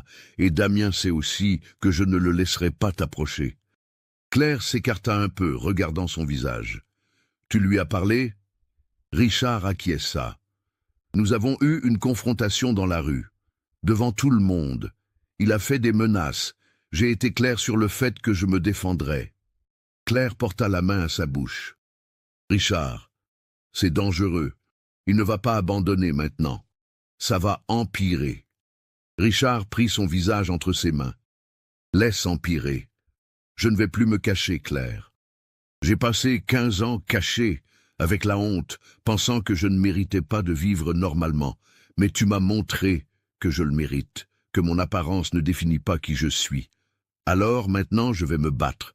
Je vais me battre pour toi, pour nous, pour la vie qu'on construit. Et je me fiche de ce que Damien ou n'importe qui d'autre pense. » Claire le regarda, et quelque chose passa sur son visage qui était un mélange de peur, de fierté et d'amour. « Je ne te mérite pas, » murmura-t-elle. Richard secoua la tête. « Tu mérites tout. Tu mérites d'être protégé. Tu mérites d'être aimé. Tu mérites d'avoir la paix.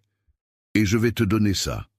Ou je mourrai en essayant. » Claire tint le visage marqué de son mari, ses doigts traçant doucement les cicatrices qu'elle connaissait déjà si bien. « Je t'aime, » dit-elle, les mots sortant pour la première fois, crus et vrais. « Je t'aime vraiment, Richard. Pas par convenance, pas par nécessité. Je t'aime parce que tu es l'homme le plus courageux et bon que j'ai jamais connu. » Richard sentit quelque chose se briser dans sa poitrine, mais c'était une bonne brisure, comme quand la glace fond et libère l'eau. Personne ne lui avait jamais dit ces mots, ni avant l'incendie, quand il avait un visage entier, ni après, quand il ne restait que des cicatrices. Mais Claire le disait maintenant, le regardant avec des yeux qui ne mentaient pas, touchant son visage détruit avec des mains qui ne reculaient pas. « Je t'aime aussi, » répondit-il, la voix rauque d'émotion. « Je t'aime depuis le jour où tu n'as pas fui, depuis le moment où tu m'as regardé et où tu es resté. » Ils s'embrassèrent là, dans la cour de la ferme sous le chaud soleil de mars, et c'était un baiser différent du premier. C'était un baiser d'amour véritable, d'engagement réel, de deux cœurs qui s'étaient trouvés à travers la douleur et étaient déterminés à rester ensemble.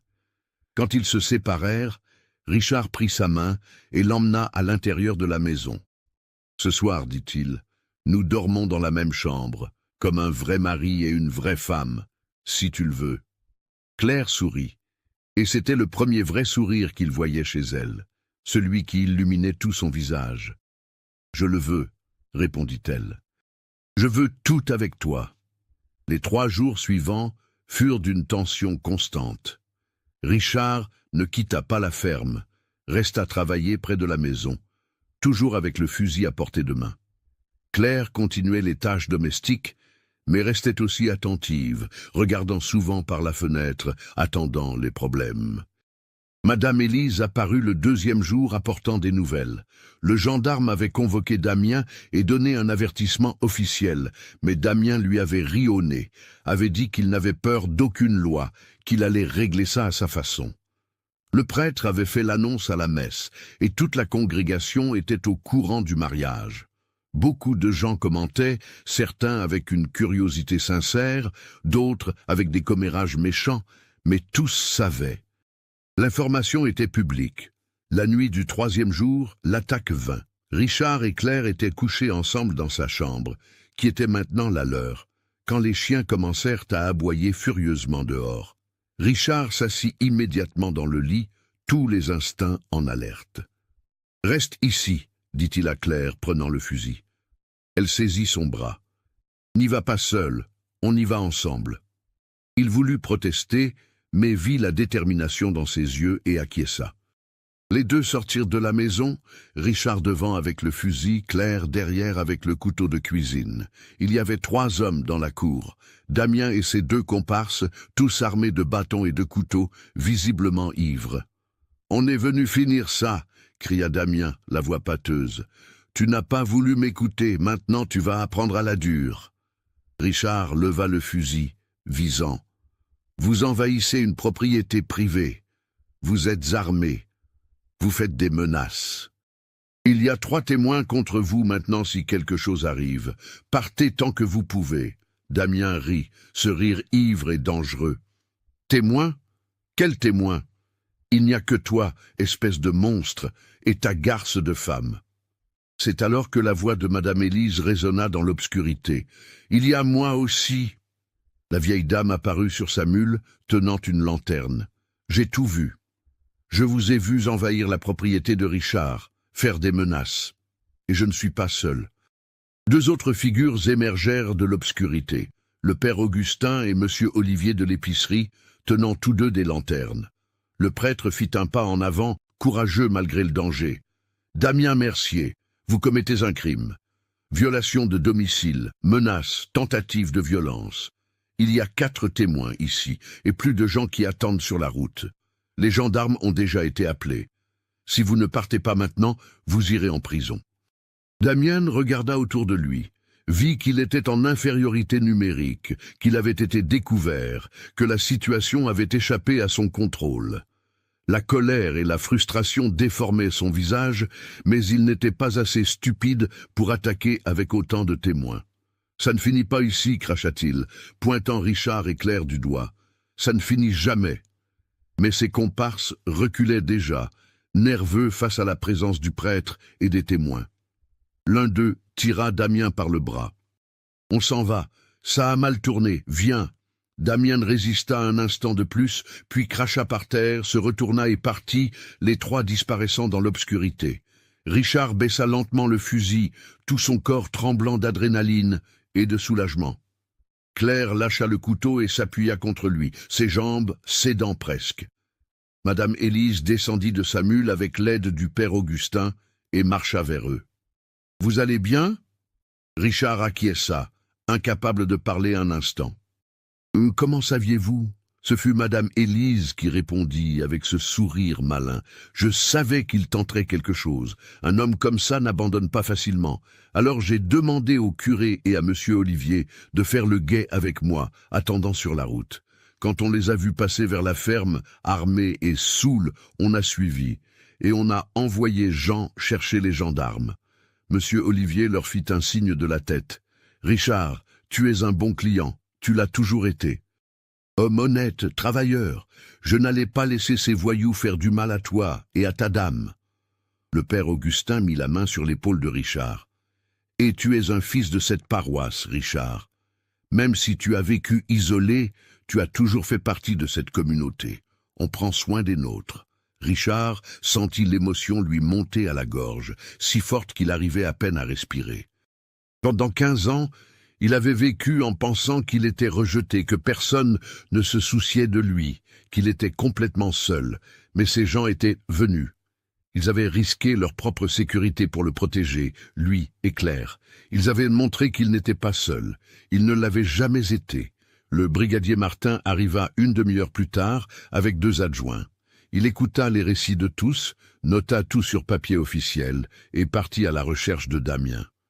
Ils trouvèrent les 3 sur la route, encore ivres, encore armés. Ils furent arrêtés en flagrant délit pour violation de domicile, menaces, tentative de violence et port d'armes illégales. Le gendarme revint à l'aube pour informer Richard et Claire.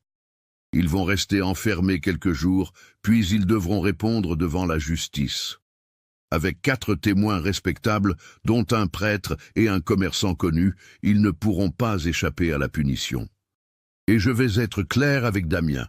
S'il revient vous embêter, ce sera bien pire. Je pense que cette fois, il va comprendre le message. Quand le gendarme partit, quand Madame Élise, le père Augustin et Monsieur Olivier partirent enfin après maints remerciements et étreintes émues, Richard et Claire restèrent seuls dans la cour alors que l'aube commençait à peindre le ciel de rose et d'or. Ils s'assirent sur les marches de la terrasse, épuisés mais soulagés, les mains entrelacées. « C'est fini », murmura Claire. « C'est vraiment fini ?» Richard serra sa main. « Je pense que oui. Il ne risquera pas de revenir après avoir été arrêté, après avoir eu des témoins contre lui. Et même s'il essaie, on n'est plus seul. Il y a des gens qui s'en soucient, des gens qui vont nous protéger. » Claire posa sa tête sur son épaule. « Je n'ai jamais eu ça avant. Des gens pour me protéger. Des gens de mon côté. Ça a toujours été juste moi, toute seule, essayant de survivre. » Richard embrassa le sommet de sa tête. « Tu n'es plus seul. Il y a moi, il y a la communauté, il y a un vrai foyer. » Claire leva le visage, le regarda dans la lumière douce de l'aube. « Tu as changé ma vie, Richard. Tu l'as sauvée. » Il secoua la tête. « On s'est sauvés mutuellement. Tu m'as donné une raison de vivre à nouveau. Tu m'as donné le courage d'affronter le monde. Tu m'as fait sentir que je valais quelque chose. Sans toi, je serais encore caché dans cette maison, attendant que la vie passe. Tu m'as ramené au monde. » Ils restèrent là jusqu'à ce que le soleil se lève complètement, illuminant la Provence d'un doré intense, les oiseaux commençant leur chant matinal, l'odeur de rosée et de terre mouillée montant des champs. C'était un nouveau jour, un nouveau départ. Et pour la première fois depuis de nombreuses années, tant Richard que Claire croyaient que des jours meilleurs étaient vraiment possibles. Les mois qui suivirent furent ceux d'une transformation profonde. Damien fut jugé et condamné à 6 mois de prison. À sa sortie, il retourna à Sisteron et n'importuna plus jamais Claire. La nouvelle du jugement se répandit dans la région, et l'histoire de Richard, le fermier marqué qui avait affronté des envahisseurs pour protéger sa femme, devint connue. La perception des gens commença à changer. Il n'était plus seulement l'homme aux cicatrices que tout le monde évitait. Il était Richard Aumont, fermier travailleur, homme de courage, mari dévoué. Richard commença à aller au village plus souvent, pas seulement une fois par mois, mais toutes les semaines. Il discutait avec les gens, participait aux messes le dimanche aux côtés de Claire, achetait et vendait des produits, faisait partie de la communauté. Certains détournaient encore le regard de ses cicatrices, mais beaucoup ne le faisaient plus.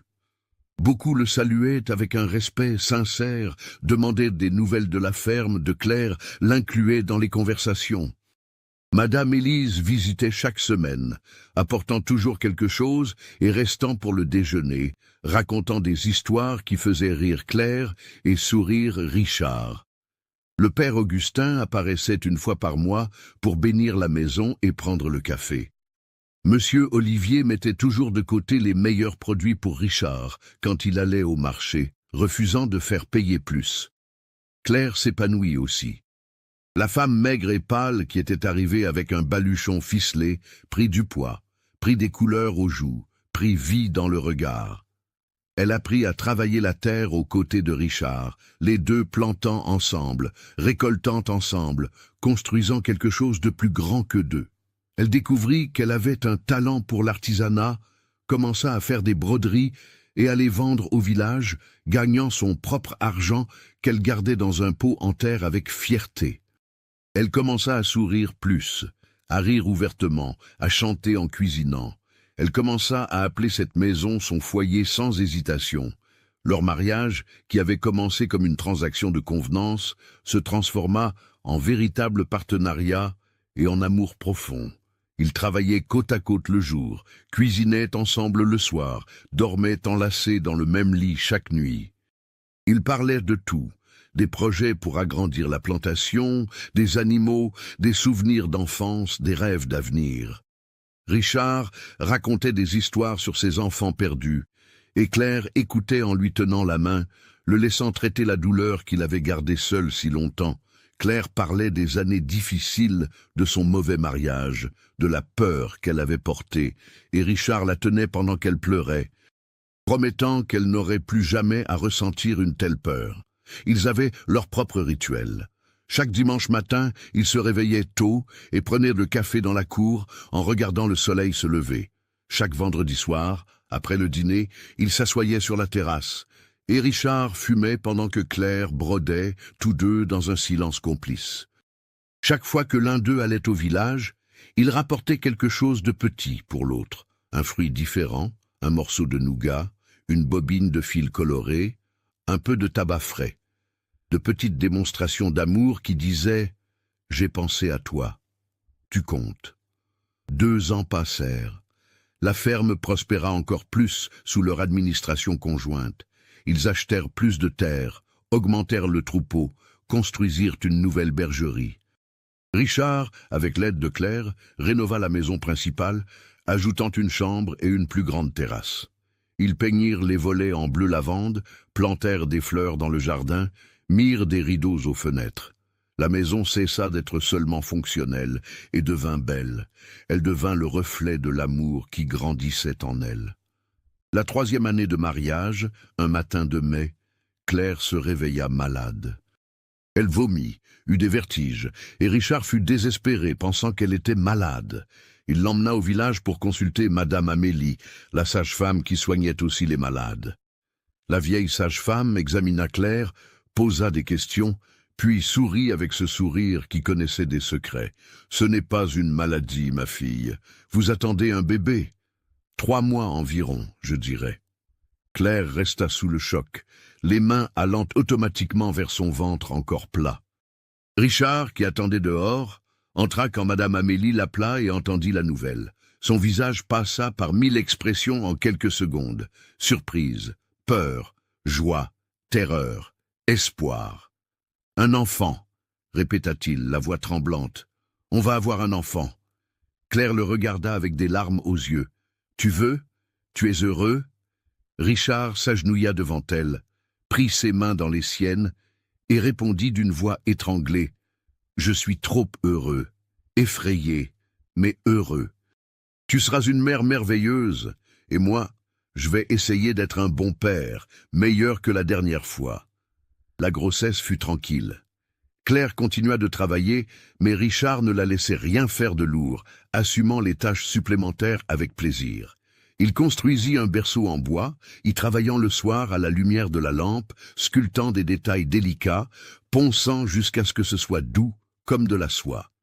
Claire cousit de petits vêtements, brodant des fleurs et des oiseaux sur les ourlets, chantant doucement en travaillant. Ils choisirent des prénoms ensemble. Si c'était un garçon, Jean, en hommage au fils que Richard avait perdu. Si c'était une fille, Laure, le nom de la mère de Claire. Le bébé naquit en janvier 1907, par une chaude après-midi. L'accouchement fut difficile, long, mais Claire était forte. Madame Amélie s'occupa de tout, et quand elle mit enfin le bébé dans les bras de Claire, c'était une fille. Petite, rouge, hurlant avec une force impressionnante. Laure. Richard, qui attendait dans la salle en faisant les 100 pas, faillit défoncer la porte quand Madame Amélie l'appela. Il entra dans la chambre doucement, de peur de casser quelque chose, et s'arrêta en voyant Claire dans le lit tenant le petit paquet. Elle souriait, malgré la fatigue, le visage illuminé de joie. « Viens rencontrer ta fille !» Richard s'approcha en tremblant, regarda la petite créature dans les bras de Claire et sentit quelque chose d'immense exploser dans sa poitrine. C'était de l'amour, mais un amour différent de celui qu'il ressentait pour Claire. C'était un amour protecteur, absolu, féroce. « Elle est parfaite, » murmura-t-il, la voix étranglée. « Elle est si petite, si parfaite. » Claire prit sa main, la posa sur le petit corps du bébé.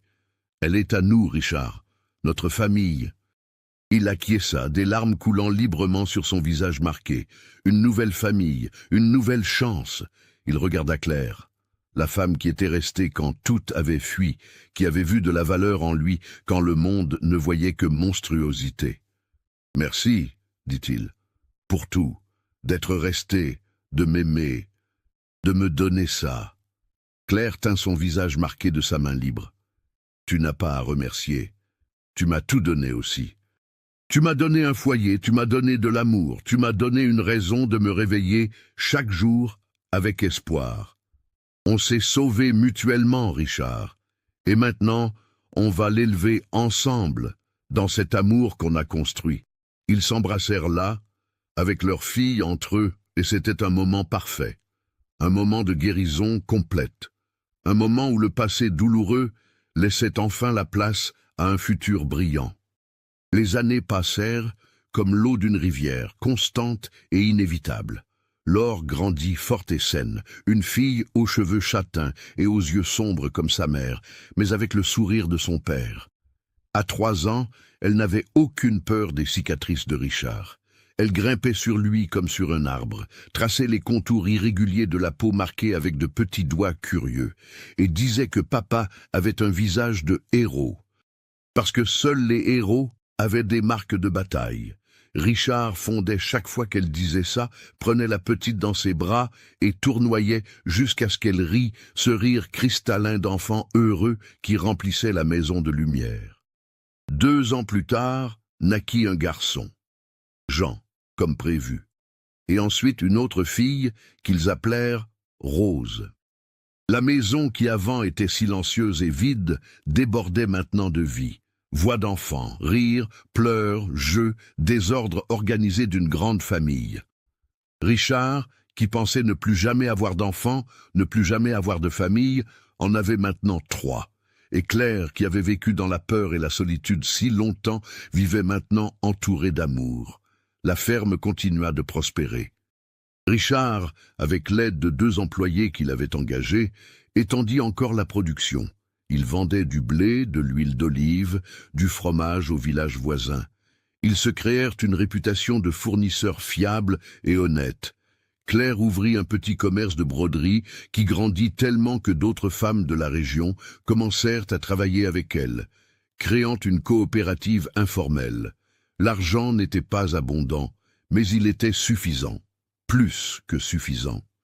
Ils avaient de l'abondance sur la table, des vêtements propres dans l'armoire, un toit solide au-dessus de la tête et de l'amour dans les cœurs. Ils avaient tout ce qui comptait. En 1915, 8 ans après la naissance de Laure, Richard fêta ses 52 ans. Il était assis sur la terrasse un après-midi d'octobre, fumant et regardant ses enfants jouer dans la cour. Laure, maintenant âgée de 8 ans, apprenait à Jean de 6 ans et à Rose de 4 ans à faire des cerfs-volants avec des roseaux et du papier. Claire était dans la cuisine préparant le dîner, chantant doucement, et l'odeur de bonne nourriture flottait dans la maison. Madame Élise, maintenant âgée de 67 ans et plus lente mais toujours vivace, était assise à côté de Richard, buvant du café et commentant les nouvelles du village. « C'est impressionnant comme tout a changé, » dit la vieille dame d'une voix contemplative. « Tu te souviens quand tu vivais ici seul, Richard, quand tu pensais que tu allais mourir seul aussi ?» Richard hocha lentement la tête, les yeux toujours sur ses enfants. « Je m'en souviens bien. On dirait une autre vie. » Madame Élise sourit. « C'est une autre vie. Tu t'es transformé. Tu as cessé d'être cet homme caché et tu es devenu cet homme-ci. Père de famille, fermier respecté, membre actif de la communauté. Tu es un exemple pour beaucoup de gens, tu sais. L'exemple qu'une cicatrice ne définit pas le caractère, que l'apparence ne définit pas la valeur. » Richard pensa à cela, à tout le voyage depuis ce jour où il avait demandé au père Augustin de l'aider à trouver une épouse, aux 3 femmes qui avaient fui, à Claire qui était restée, à l'amour qui avait grandi entre eux, à la famille qu'ils avaient construite, à la vie qu'ils avaient maintenant. « J'ai eu de la chance, dit-il finalement, de la chance qu'elle soit restée. Madame Élise secoua la tête. Ce n'était pas de la chance, Richard. C'était le destin. Vous aviez tous les deux besoin l'un de l'autre. Elle avait besoin de quelqu'un qui la protège et l'aime vraiment. Tu avais besoin de quelqu'un qui te voit vraiment. C'était parfait. Claire sortit de la maison en appelant tout le monde pour dîner. Les enfants coururent, riant et se bousculant. Richard se leva, aida Madame Élise à se lever aussi, et les deux entrèrent. La table était garnie, daube, gratin, salade du jardin, pain frais, jus de raisin. Tous s'assirent, firent la prière de remerciement que Richard conduisait chaque soir et commencèrent à manger. La conversation coulait naturellement, Laure racontant sa journée à l'école du village, Jean montrant la belle pierre qu'il avait trouvée dans le champ, Rose demandant plus de pain avec cette insistance de petit enfant. Claire et Richard se regardaient à travers la table, échangeant des sourires complices de parents qui connaissent le joyeux désordre d'avoir des enfants. Après le dîner, après le départ de Madame Élise promettant de revenir la semaine suivante, après que les enfants eurent été mis au lit avec des histoires et des baisers de bonne nuit, Richard et Claire s'assirent sur la terrasse comme ils le faisaient chaque soir. La lune était pleine, illuminant la Provence d'argent, et les grillons chantaient leur symphonie nocturne. Richard fumait, Claire brodait, mais après un moment, elle posa sa broderie et prit simplement sa main. « Tu es heureux ?» demanda-t-elle doucement. Richard tourna le visage pour la regarder, cette femme qui avait complètement transformé son existence. « Je suis plus heureux que je n'aurais jamais imaginé possible, » répondit-il avec une sincérité absolue. « Et toi ?» Claire sourit, ce sourire qui le faisait encore se sentir 10 ans plus jeune. « Je suis complètement heureuse. Tous les jours, je me réveille et je remercie d'avoir eu le courage de venir, d'être resté, de t'avoir choisi. » Richard serra sa main. « C'est moi qui te remercie. Tu m'as sauvée, Claire. Tu m'as sorti de l'obscurité. Tu m'as donné la lumière. Tu m'as donné la vie. » Ils restèrent là sur la terrasse jusqu'à tard, juste en se tenant la main, partageant ce silence confortable que seuls les couples vraiment connectés parviennent à partager. Dans la maison, les enfants dormaient en sécurité. Autour, la ferme prospère s'étendait. Au-dessus, les étoiles brillaient, éternelles. Et là, sur cette terrasse, 2 cœurs marqués par la vie battaient au même rythme, unis par l'amour le plus improbable et le plus vrai. L'amour qui est né quand toutes ont fui, mais qu'une est restée.